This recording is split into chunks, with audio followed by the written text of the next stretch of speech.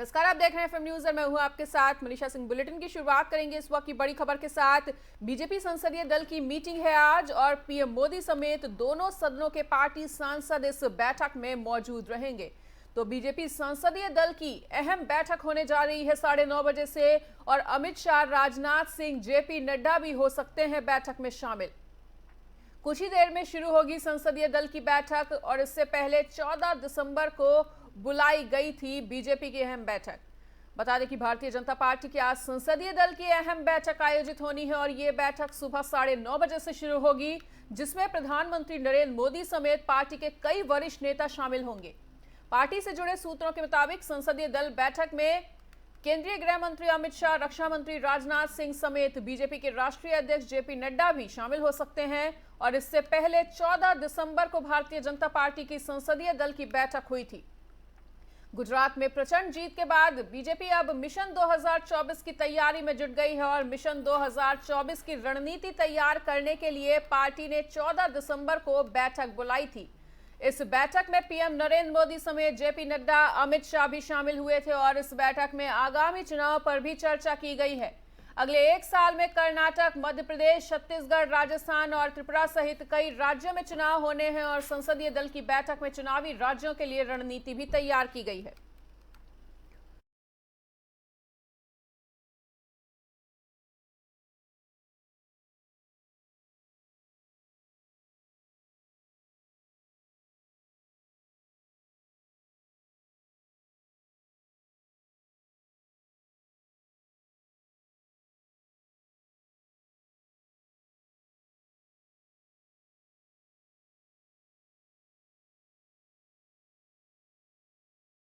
खबर पर अधिक जानकारी के लिए हमारे साथ हमारे संवाददाता अविरल जुड़ने जा रहे हैं। तो अविरल, पीएम मोदी समेत दोनों सदनों के सांसद इस अहम बैठक में शामिल होने जा रहे हैं। बीजेपी की अहम बैठक 9:30 बजे से।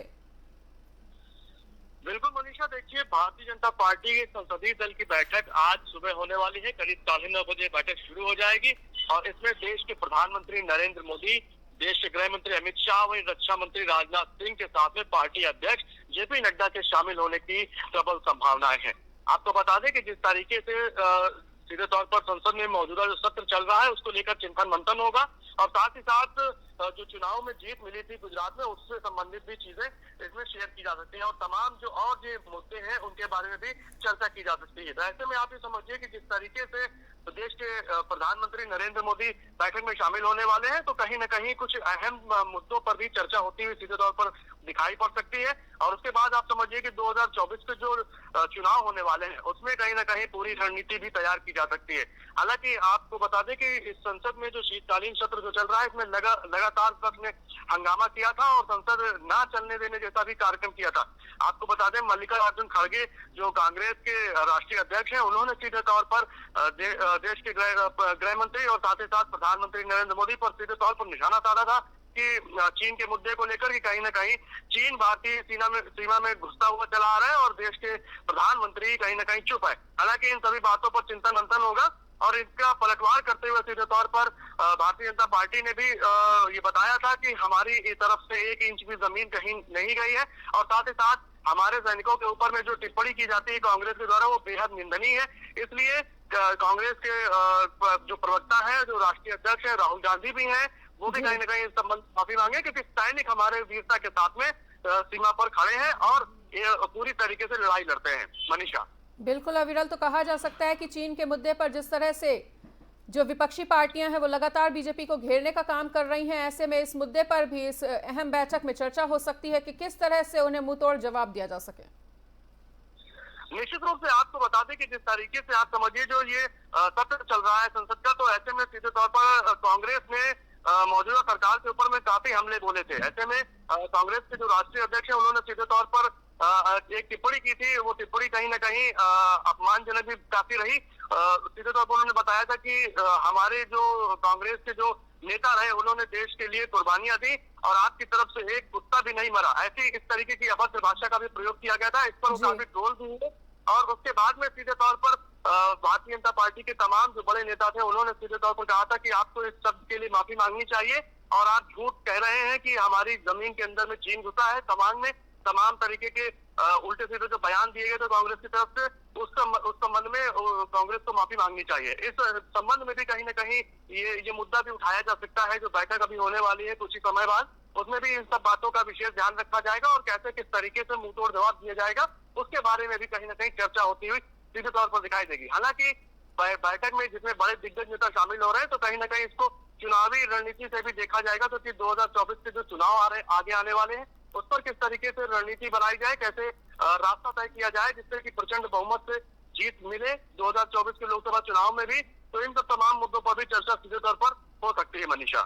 बिल्कुल अविरल, और चुनावी रणनीति तैयार करना इसलिए भी बेहद आवश्यक हो गया है क्योंकि सूत्रों के हवाले से ये भी खबर है कि जिस तरह से गुजरात में जीत के जश्न को तो बीजेपी मना रही है, लेकिन कहीं ना कहीं जिस तरह से दिल्ली एमसीडी चुनाव में और हिमाचल चुनाव में उन्हें हार का मुंह देखना पड़ा है, ऐसे में आगे इस तरह की स्थिति ना आए, इसके लिए बीजेपी खुद को अभी से पूरी तरह से तैयार रखना चाहती है। बिल्कुल, निश्चित रूप से देखिए, जिस तरीके से भारतीय जनता पार्टी को झटका भी लगा था, आप समझिए कि 2 जगह के चुनाव में उनको झटका लगा, लेकिन अगर बात करें गुजरात की, तो गुजरात में उन्होंने प्रचंड बहुमत से फिर से जीत हासिल करी थी। उनका जो परंपरागत वोट बैंक था वो कहीं हिला नहीं, और 2 जगह की जो हार हुई उस पर चिंतन मंथन करते हुए भारतीय जनता पार्टी के बड़े पदाधिकारी भी देखे जा रहे हैं सीधे तौर पर, और देश के बड़े जो नेता हैं वो कहीं न कहीं इस पर पूरी नजर बनाए हुए हैं। और उनका ये मानना है कि आखिर जो यहाँ पर जो झटका लगा था उसको किस तरीके से फिल किया जाएगा, उसकी पूर्ति कैसे की जाएगी, और कहाँ कोई चूक रह गई उसको कैसे, उस कमी को कैसे पूरा किया जाए। हालांकि लगातार आप समझिए कि जिस तरीके से अगर दिल्ली की बात करें, तो एमसीडी के चुनाव में जिस तरीके से झटका लगा था, तो उसमें कहीं न कहीं जो केजरीवाल की बात कर रहे हैं, मुख्यमंत्री केजरीवाल की, उन्होंने सीधे तौर पर जो फ्री की रेवड़ियां बांटने जैसा काम किया था, देश के प्रधानमंत्री ने उन्होंने बताया था। तो ऐसे में उसके ऊपर भी काम चल रहा है, और साथ ही साथ तमाम और जो मुद्दे हैं उनके ऊपर भी काम सीधे तौर पर चलता हुआ नजर आ रहा है। अब ये देखने वाली बात होगी कि आखिर इस पार्टी की ये जो बैठक है, इसके बाद में क्या कुछ निकल कर आता है, वो तो अब देखने वाली बात होगी। हालांकि लेकिन भारतीय जनता पार्टी इस पर चिंतन मंथन करने के लिए ही ये बैठक कहीं न कहीं बुला रही है मनीषा। ठीक है अविरल, हमारे साथ जुड़ने के लिए आपका बहुत बहुत शुक्रिया। तमाम जानकारी अविरल ने दी। और अब से कुछ ही देर में संसदीय दल की जो बैठक है वो शुरू हो जाएगी। 9:30 बजे से इस बैठक को बुलाया गया है। इससे पहले 14 दिसंबर को बुलाई गई थी बीजेपी की अहम बैठक, तो संसदीय दल की अहम बैठक होने जा रही है 9:30 बजे से। FM न्यूज पर इस वक्त की बड़ी खबर।